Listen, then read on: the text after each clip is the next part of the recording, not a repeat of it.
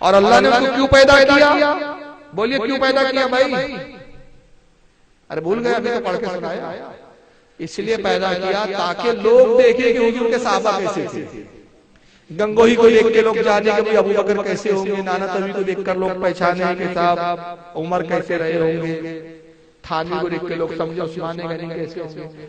تو کیا واقعی دیوبند کے علماء اتنے مقدس تھے؟ اب آپ سوچیں کہ نہیں یار ابھی تک تو آپ لفظوں سے بتا رہے، چلو ان کے گھر سے بتا دیتا ہوں میں کہ واقعی کیا مقدس ہے۔ کتاب ہے تذکرۃ الرشید، مولانا رشید احمد گنگوئی کے حالات پر، جس میں سے بھی ہم نے پڑھے کہ رام کرشن اچھے لوگ تھے۔ اب یہ خود کتنے اچھے تھے، ذرا ان کی زبانی سن لیجئے گنگوئی صاحب کی۔ صفحہ نمبر 290 289 جلد نمبر 2 والیوم نمبر 2 کیا کہتے ہیں؟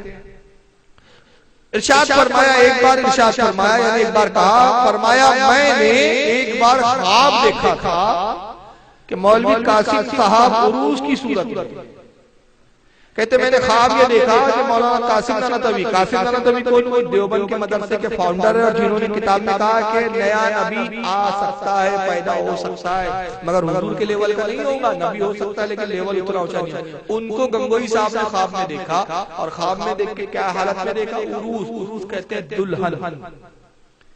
گنگوئی صاحب نانوتوی صاحب گنگوئی کو دلہن نظر آئے، دلہن بنے ہوئے، لال ساڑی کے جوڑے ہوئے، سرخ جوڑے ہوئے، پھولوں کے سہروں کے ساتھ۔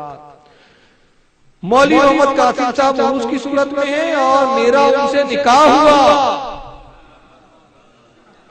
یہ نہیں بتایا کہ نکاح پڑھایا کس نے اور مہر کیا تھا۔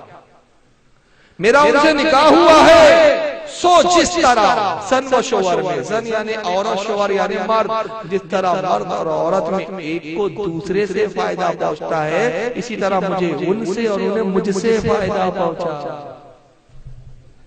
سواگرات بھی منائی، میں کھل کر بول رہا ہوں، انہوں نے بڑے اردو کے لفظوں کو لپیٹ کر، میں کہتا ہوں گوبر اور پاخانے کو کتنے ہی اچھے ورق میں لپیٹ لو، گوبر گوبر ہی رہے گا، پاخانہ پاخانی ہی رہے گا۔ شمشیر کاغذ میں پیک کرنے سے وہ مٹھائی نہیں بن جاتا۔ تو آپ نے تو بڑے دبے لفظوں میں کہا کہ جس طرح مرد کو عورت سے، شادی کے بعد مرد کو عورت سے کیا فائدہ پہنچتا ہے، آپ کو معلوم ہے نا، شادی شدہ کو معلوم، کوارے بھی جانتے ابھی نہیں ہوئی ہو جائے گی، جانتے تو سب ہے نا کہ فائدہ کیا پہنچتا ہے، ہوتا کیا ہے میاں بیوی کے درمیان۔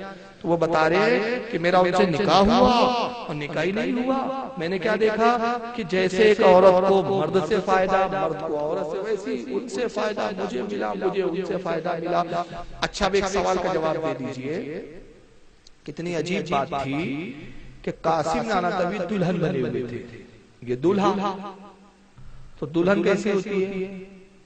ساڑی کا جوڑا سرخ لال رنگ کا، گہرے، تصور کیجئے قاسم صاحب کی ہاتھ میں چوڑیاں ہیں، ناک میں نتنی ہے، ماتھے پہ بندیا ہے، کانوں میں بالیاں ہے۔ مولوی صاحب ذرا دلہن بنے ہیں، میں تھوڑی کہہ رہا ہوں انہوں نے لکھا ہے، میں کہہ رہا ہوں کہ انہوں نے کہا نا عروس کی صورت میں دیکھا، عروس دیکھ لیجئے ڈکشنری میں، عروس کے معنی کیا ہے؟ دلہن، دلہن کی شکل میں دیکھا انہوں نے، کان میں بالیاں، ماتھے پہ بندیا، ہاتھ میں چوڑیاں ہیں، پیروں میں پائزاب ہوگی صاحب، گلے میں منگل سوتر بھی ہوگا، لال ساڑی، گھونگھٹ لگا ہوا ہے، کمرے میں پہنچے فائدہ اٹھانے کے لیے، اور جیسی بیگم کا گھونگھٹ اٹھایا چوک گئے، روئے زمین کی پہلی داڑھی والی دلہن،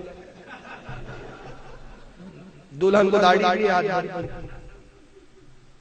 ہونٹ پہ لپسٹک تھی کہ نہیں پتہ نہیں اللہ، اب پھر فائدہ پہنچا تھا۔ مجھے بتاؤ ایک مرد اور عورت ایک دوسرے سے فائدہ اٹھاتے ہیں تو نتیجہ کیا نکلتا ہے؟ بولیے ڈریے مت۔ تو کہیں اسی فائدے کے بعد تبلیغی جماعت کے بچے تو نہیں پیدا ہوئے، یہ اسی فائدے کا تو نتیجہ نہیں کہ پوری جماعت کی تبلیغ کی پیدا ہو گئی، اسی کا ثمرہ ہے۔ خدا کی قسم یہ جملے میرے ہو تو 4 جوتے مارو، میں کھانے کے لیے تیار، کتاب تمہاری، دکھانے کی ذمہ داری میری، لکھنے والا مولوی تمہارا، چھاپنے والا مولوی تمہارا، بیچنے والا ادارہ تمہارا۔ اب میں نے بتایا تو برا ماننے کی ضرورت نہیں ہے، کتاب پڑھنے کے لیے ہوتی ہے، چھپانے کے لیے نہیں ہوتی۔ چھپانا تھا تو چھاپا کیوں؟ چھاپا تو بیچا کیوں؟